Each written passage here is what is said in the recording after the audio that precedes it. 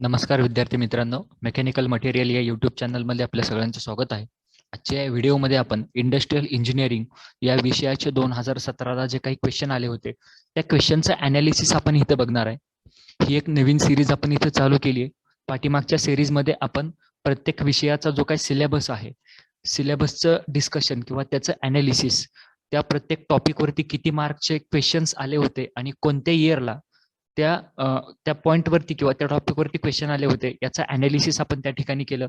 आता या ठिकाणी आपण या सिरीजमध्ये जे काय 2017ला क्वेश्चन्स आले होते त्या क्वेश्चनचं अँसर आणि या ठिकाणी आपण कमीत कमी वेळेत त्या पॉइंटवरची जास्तीत जास्त कन्सेप्ट क्लिअर करण्याचा प्रयत्न करणार आहे. आणि ही सिरीज चालू करण्याआधी जर कोणी सबस्क्राईब केलं नसेल आपल्या चॅनलला, मेकॅनिकल मटेरियल या चॅनलला जर सबस्क्राईब केलं नसेल तर सबस्क्राईब करून घ्या, जेणेकरून इथून पुढचे जे काही व्हिडिओज आहेत ते तुमच्यापर्यंत सगळ्यात आधी पोहोचतील. ठीक आहे. तर बघा, आपण या ठिकाणी इंडस्ट्रियल इंजिनिअरिंगचे जे काही क्वेश्चन्स आहेत ते क्वेश्चन्स बघूयात. कमीत कमी वेळेत आपण जास्तीत जास्त कन्सेप्ट क्लिअर करायचा प्रयत्न करू, जेणेकरून तुम्हालाही याचा फायदा होईल. बघा, पहिला क्वेश्चन आपला आहे, it dot dot is recommended for the batch production. म्हणजे याच्यामधला कोणता लेआउट हा बॅच प्रोडक्शन साठी यूज करतात. याचे जे काही पर्याय आहेत, पहिला आहे process layout, product layout, group layout, fixed and position layout. आता याचं जे काय आन्सर आहे, बॅच प्रोडक्शन साठी आपण कायम प्रोसेस लेआउट यूज करतो.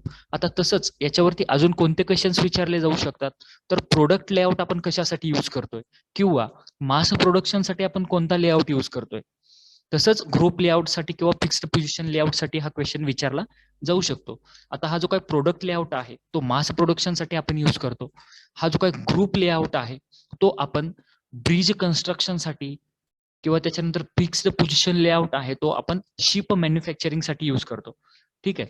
आता तसाच ग्रुप लेआउट मध्ये ब्रिज ब्रिज मॅन्युफॅक्चरिंग किंवा प्रोडक्शन म्हणून सांगितलं, त्याच्यामध्ये काय होतं ग्रुप लेआउट मध्ये, तर ग्रुप लेआउट मध्ये आपण एखादा जर ब्रिज कन्स्ट्रक्शन करत असेल तर त्याच्यासाठी लागणारे इक्विपमेंट्स, त्याच्यासाठी लागणारे जे काही ब्रिक्स आहेत ते आपण दुसऱ्या ठिकाणी बनवतो आणि त्या एका ठिकाणी आणून त्याचं कन्स्ट्रक्शन करतो. त्याला आपण म्हणतो ग्रुप लेआउट. ठीक आहे. आणि फिक्स्ड पोझिशन लेआउट हा कन्सेप्ट काय आहे, तर शिप मॅन्युफॅक्चर करताना आपण एखादं जहाज जर बनवायला लागलो तर जहाज एका ठिकाणी फिक्स ठेवावं लागतं आणि त्याच्यासाठी लागणारं मटेरियल, मॅन पॉवर, मशीन्स त्या सगळ्या बाकीच्या ठिकाणहून त्या ठिकाणी आणाव्या लागतात. अशा लेआउटला आपण म्हणतो फिक्स्ड पोझिशन लेआउट. आता पुढचा क्वेश्चन काय आहे बघा याच्यामध्ये, second number, Gantt chart provides information about. याचे ऑप्शन्स आहेत material flow, product schedule, resource planning, none of above. ठीक आहे. आता याच्यामध्ये जर बघितलं आपण तर याचं आन्सर आहे प्रोडक्ट शेड्यूल. आता हे प्रोडक्ट शेड्यूल का आहे, तर हा जो काय गॅन्ट चार्ट आहे तो आपल्याला म्हणजे आपण हा गॅन्ट चार्ट कशासाठी यूज करतो, तर प्रोजेक्ट मॅनेजमेंटसाठी यूज करतो. ठीक आहे. हा जो काय गॅन्ट चार्ट आहे तो आपल्याला प्लॅनिंगसाठी, कोऑर्डिनेशनसाठी हेल्प करतो. त्याच्यामुळे ह्याचं जे काय आन्सर आहे ते आन्सर काय असणार आहे, प्रोडक्ट शेड्यूल.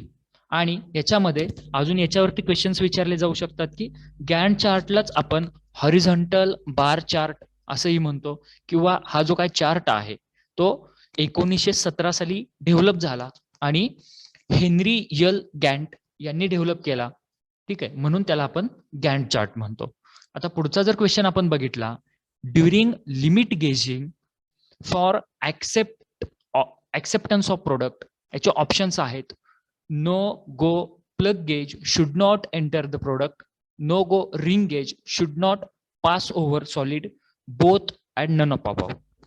आता याच्यामध्ये आपल्याला काय करायचं आहे, जो काय प्रोडक्ट आहे तो ऍक्सेप्ट करायचा आहे. ठीक आहे, किंवा जो काय प्रोडक्ट आहे तो आपला ऍक्सेप्ट होतो त्याच्या रिलेटेडचा हा कन्सेप्ट आहे. आणि ह्याचं जे आन्सर आहे ते बोथ आहे. बोथ म्हणजे काय, option A and option B. Option A आपला काय आहे, no go plug gauge should not enter the product. आणि दुसरा पण ऑप्शन तसाच सेम आहे, no go ring gauge should not pass over the solid. ठीक आहे. म्हणजे जर आपल्याला एखादा प्रोडक्ट ऍक्सेप्ट करायचा असेल, ज्यावेळेस आपण एखाद्या प्रोडक्टची चेकिंग करतोय, क्वालिटी चेक करतोय, ठीक आहे, किंवा त्या प्रोडक्टचे डायमेन्शन्स चेक करतोय, त्यावेळेस आपण तिथं 2 गेजेस यूज करतो. एक म्हणजे प्लग गेज असतो, दुसरा म्हणजे रिंग गेज असतो. ह्या दोन्हीही गेजेसना आपण एखादा प्रोडक्ट चेक करत असताना जर तो प्रोडक्ट आपल्याला ऍक्सेप्ट पाहिजे असला किंवा तो प्रोडक्ट आपल्याला ऍक्सेप्ट झालेला असला पाहिजे, तर त्यावेळेस त्या ठिकाणी जो काय नो गो गेज आहे किंवा नो गो एंड आहे ते त्या प्रोडक्ट मधून पास नाही झालं पाहिजे. ठीक आहे, जर तो एंड पास नाही झाला तरच तो प्रोडक्ट आपण ऍक्सेप्ट करतो. याच्याबद्दलचं जे काय टेलर्स प्रिन्सिपल आहे मेट्रॉलॉजी मधलं, ते प्रिन्सिपल आपण व्यवस्थित बघितलं पाहिजे, त्याच्यावरती क्वेश्चन्स विचारले जातात. ठीक आहे, आता पुढचा पॉईंट कोणता आहे बघा याच्यामध्ये, in order to indicate sequence of event and movements of man, material, etc. while work is being accomplished, the recording technique is used. म्हणजे याच्यामध्ये आपल्याला काय करायचं, sequence of events and movements of man मटेरियलचे जे काय त्याचे वर्क आहे किंवा त्याचा जो काय फ्लो आहे तो फक्त रेकॉर्ड करायचा आहे. याचे ऑप्शन्स आपल्याला दिलेत. पहिला आहे फ्लो डायग्राम, दुसरा आहे फ्लो प्रोसेस चार्ट, तिसरा आहे गँग प्रोसेस चार्ट आणि चौथा आहे 2-handed प्रोसेस चार्ट. आता याचं ऑप्शन काय असेल किंवा आन्सर काय असेल, तर याचं आन्सर असणार आहे फ्लो डायग्राम. आता फ्लो डायग्राम हेच आन्सर का असणार आहे, तर फ्लो डायग्राम मध्ये आपण याच्यामध्ये फक्त सिक्वेन्स ऑफ इव्हेंट्स आणि मुवमेंट्स ह्याच रेकॉर्ड करून ठेवल्या जातात. तसंच जर आपण फ्लो प्रोसेस चार्ट मध्ये बघितलं तर त्याच्यामध्ये आपल्याला इव्हेंट्स रेकॉर्ड होतात, त्यानंतर त्याचा सिक्वेन्स रेकॉर्ड होतो, डिस्टन्स, टाइम, हे पण जे काही पॉइंट्स आहेत ते फ्लो प्रोसेस चार्ट मध्ये रेकॉर्ड होतात. आपल्याला डिस्टन्स आणि टाइम रेकॉर्ड करायचं नाही, आपल्याला फक्त रेकॉर्ड काय करायचं आहे, sequence of event and movements of man and material. ते फक्त आपण कशामध्ये करतो, फ्लो डायग्राम मध्ये करतो. त्याच्यामुळे याचा आन्सर काय असणार आहे, फ्लो डायग्राम. आता तसंच जर तुम्ही पुढचा पॉईंट बघाल, गँग प्रोसेस चार्ट. गँग process chart it is nothing but multiple activity chart. Multiple activity chart हा पण कन्सेप्ट महत्वाचा आहे, तो बघणं गरजेचं आहे. मल्टिपल ऍक्टिव्हिटी चार्ट आपण कशाला म्हणतो, तर वन टाइम म्हणजे एकाच वेळेस एकापेक्षा जास्त कामं आपण करतोय आणि ते आपण रेकॉर्ड करतोय. It is nothing but multiple activity chart और गँग प्रोसेस चार्ट. आणि पुढचा पॉईंट दिलाय आपल्याला 2-handed प्रोसेस चार्ट. हा पण कन्सेप्ट बघा. 2-handed प्रोसेस चार्ट म्हणजे काय, एकाच टाइमला आपले जे दोन्ही हात आहेत ते जे काही काम करतात ते काम आपण रेकॉर्ड करून ठेवतोय. It is nothing but 2-handed process chart. आता पुढचा बघा, ठीक आहे, याचा ऑप्शन किंवा याचा आन्सर काय येईल, तर फ्लो डायग्राम. आता पुढचा 5 नंबरचा क्वेश्चन बघा, which of the following control chart is used for controlling number of defect per pieces. आता याच्यामध्ये कोणकोणते चार्ट्स आपल्याला दिलेत, तर R chart, P chart, C chart आणि यू चार्ट. आता आपल्याला याच्यामध्ये काय कंट्रोल करायचं आहे बघा, अजून एकदा question, which of the following chart control chart is used for controlling number of defect per pieces. म्हणजे number of defect per pieces आपल्याला कॅल्क्युलेट करायचं आहे. आणि हे जर आपल्याला कॅल्क्युलेट करायचं असेल तर याच्यासाठी आपण सी चार्ट यूज करतो. ठीक आहे, number of defect per pieces calculate करायसाठी आपण सी चार्ट यूज करतो. आता त्याच पद्धतीने आपण आर चार्ट कशासाठी यूज करतो, तर R chart is used for variable, it is nothing but measurable. Then P chart आपण कशासाठी यूज करतो, तर P chart is used for attributes, it is nothing but good or bad. आणि तसंच you chart हा थोडा तुम्ही व्यवस्थित बघा, यू चार्ट आपण कशासाठी यूज करतोय, तर जे काही सब ग्रुप आहेत, सब ग्रुपची जी काही साईज आहे ती size sample to sample change होते किंवा सॅम्पल टू सॅम्पल जर चेंज होत असेल तर तिथं आपण यू चार्ट यूज करतो. आता इथं तुम्हाला बघायचं काय आहे यू चार्ट मध्ये, तर सब ग्रुप म्हणजे काय आहे. ठीक आहे, तो एक कन्सेप्ट तुम्ही व्यवस्थित त्या ठिकाणी बघून ठेवा, त्याच्यावरती क्वेश्चन विचारला जाऊ शकतो. आता पुढचे क्वेश्चन्स बघूयात आपण इथं. बघा 6 नंबरचा काय क्वेश्चन आहे, तर variation traced in product because of error in setting gauge jig and fixture are treated as. Question परत एकदा बघा, variation stressed in a product because of error in setting jigs and fixtures are treated as ह्याचे options आहेत assignable cause, chance cause, none of above, can be treated in any category. आता याच्यामध्ये जर आपण बघितलं क्वेश्चन बघा, याच्यामध्ये variation येतात. Variation traced in product because of error in setting jigs and fixture are treated as, आणि ह्याचा आन्सर आहे असाइनेबल कॉज.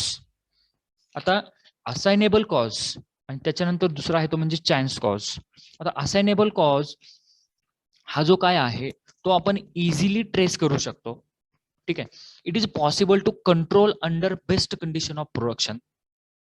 याच्यावरती आपण जे काही कंट्रोलिंग आहे ते पण व्यवस्थित आणि बेस्ट ठेवू शकतो. As compare to assignable cause, chance cause मध्ये काय येतं तर हा जो काय आहे तो डिफिकल्ट टू ट्रेस, हा आपण इझिली ट्रेस करू शकत नाही आणि डिफिकल्ट टू कंट्रोल. ठीक आहे. आता पुढचा बघा 7 नंबरचा क्वेश्चन काय आहे. The surface roughness on a drawing is represented by. जो काय सरफेस रफनेस आपण एखाद्या ड्रॉइंग वरती तिथं सिम्बॉल ड्रॉ करतो आणि त्या सिम्बॉलला आपण सरफेस रफनेस किंवा त्याचे जे काही इंडिकेशन्स असतील ते तिथं देतो. आता तो त्याचं रिप्रेझेंटेशन कसं आहे किंवा तो आपण सिम्बॉल तिथं कसा ड्रॉ करतो तर याचे पर्याय बघा कोणकोणते आहेत. सर्कल, स्क्वेअर, कर्व आणि इन्व्हर्टेड ट्रायंगल. तर याचा आन्सर आहे इन्व्हर्टेड ट्रायंगल. म्हणजे सरफेस रफनेस साठी आपण इन्व्हर्टेड ट्रायंगल्स यूज करतो. मग आता सर्कल, स्क्वेअर आणि कर्व कशासाठी यूज करतो तर लक्षात ठेवायचं याच्यावरती क्वेश्चन चेंज ही होऊन येऊ शकतो किंवा बाकीचे जे काही सिम्बॉल्स आहेत ते सिम्बॉल्स आपल्याला माहिती पाहिजेत, त्या सिम्बॉलवरती एमसीक्यू येऊ शकतो. याच्यामध्ये बघा सर्कल जो आहे तो आपण सर्क्युलॅरिटीसाठी यूज करतो. कर्व जो आहे तो आपण प्रोफाईल ऑफ ए लाईन साठी यूज करतो आणि स्क्वेअर जो आहे तो आपण फ्लॅटनेस साठी यूज करतो. याच्या व्यतिरिक्तही जे काही सिम्बॉल्स आहेत ते सिम्बॉल्स आपण इथं बघितले पाहिजेत. आता पुढे बघा पुढचा पॉइंट आहे किंवा पुढचा एमसीक्यू आहे तो म्हणजे standard to be used for reference purpose in laboratories and workshop are referred as. म्हणजे वर्कशॉपमध्ये किंवा लायब्ररीमध्ये आपण कोणता स्टँडर्ड यूज करतो हा मेट्रॉलॉजीचा पॉइंट आहे. याच्यामध्ये 3-4 स्टँडर्ड्स येतात. Primary standard, secondary standard, territory standard आणि वर्किंग स्टँडर्ड्स. आपण याच्यामध्ये जर बघितलं तर प्रायमरी स्टँडर्ड हा रेफरन्स स्टँडर्ड आहे, तो एकदम बेसिक आहे. सेकंडरी स्टँडर्ड जर बघितलं आपण तर सेकंडरी स्टँडर्ड हा आपण कॅलिब्रेशनसाठी यूज करतो. टेरिटरी स्टँडर्ड जर बघितला तर हा टेरिटरी स्टँडर्ड आपण इन्स्पेक्शन, त्याला आपण इन्स्पेक्शन स्टँडर्ड पण म्हणतो आणि तो टेरिटरी स्टँडर्ड आपण कुठे यूज करतो बघा लॅबोरेटरीज अँड वर्कशॉप मध्ये यूज करतो. ठीक आहे. आणि वर्किंग स्टँडर्ड जो आहे तो आपण रेग्युलर वर्किंग मध्ये यूज करतो.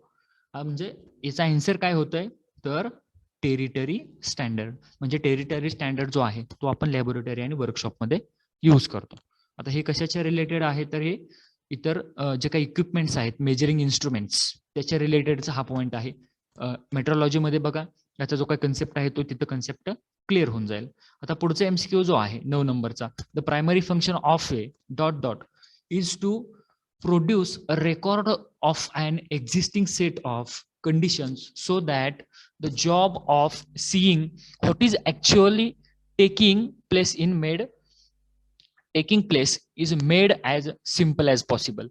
आणि ह्याचं जे काय आन्सर आहे ते आहे स्ट्रिंग डायग्राम. आता हे स्ट्रिंग डायग्राम का आहे तर याच्यामध्ये आपण कलर थ्रेड्स यूज करतो. कलर थ्रेड्स जे काय आहेत ते कलर थ्रेड काय इंडिकेट करतात तर path taken by worker, material and equipments. आणि लास्टचा जो काही एमसीक्यू आहे तो बघा काय आहे लास्टचा question, which of the following is measured of dispersion. आता याच्यामध्ये जर बघितलं तर आपल्याला काय कॅल्क्युलेट करायचं आहे, डिस्पर्शन कॅल्क्युलेट करायचं आहे.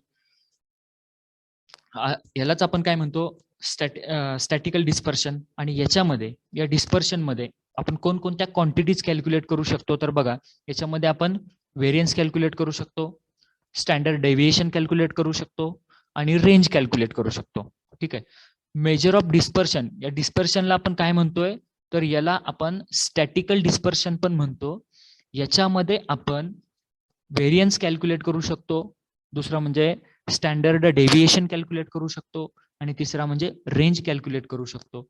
आणि याचे जर ऑप्शन आपण बघितले तर पहिला ऑप्शन आहे मीडियन, दुसरा आहे रेंज अँड स्टँडर्ड डेव्हिएशन, तिसरा ऑप्शन आहे मोड आणि चौथा आहे अरिथमेटिकल मीन.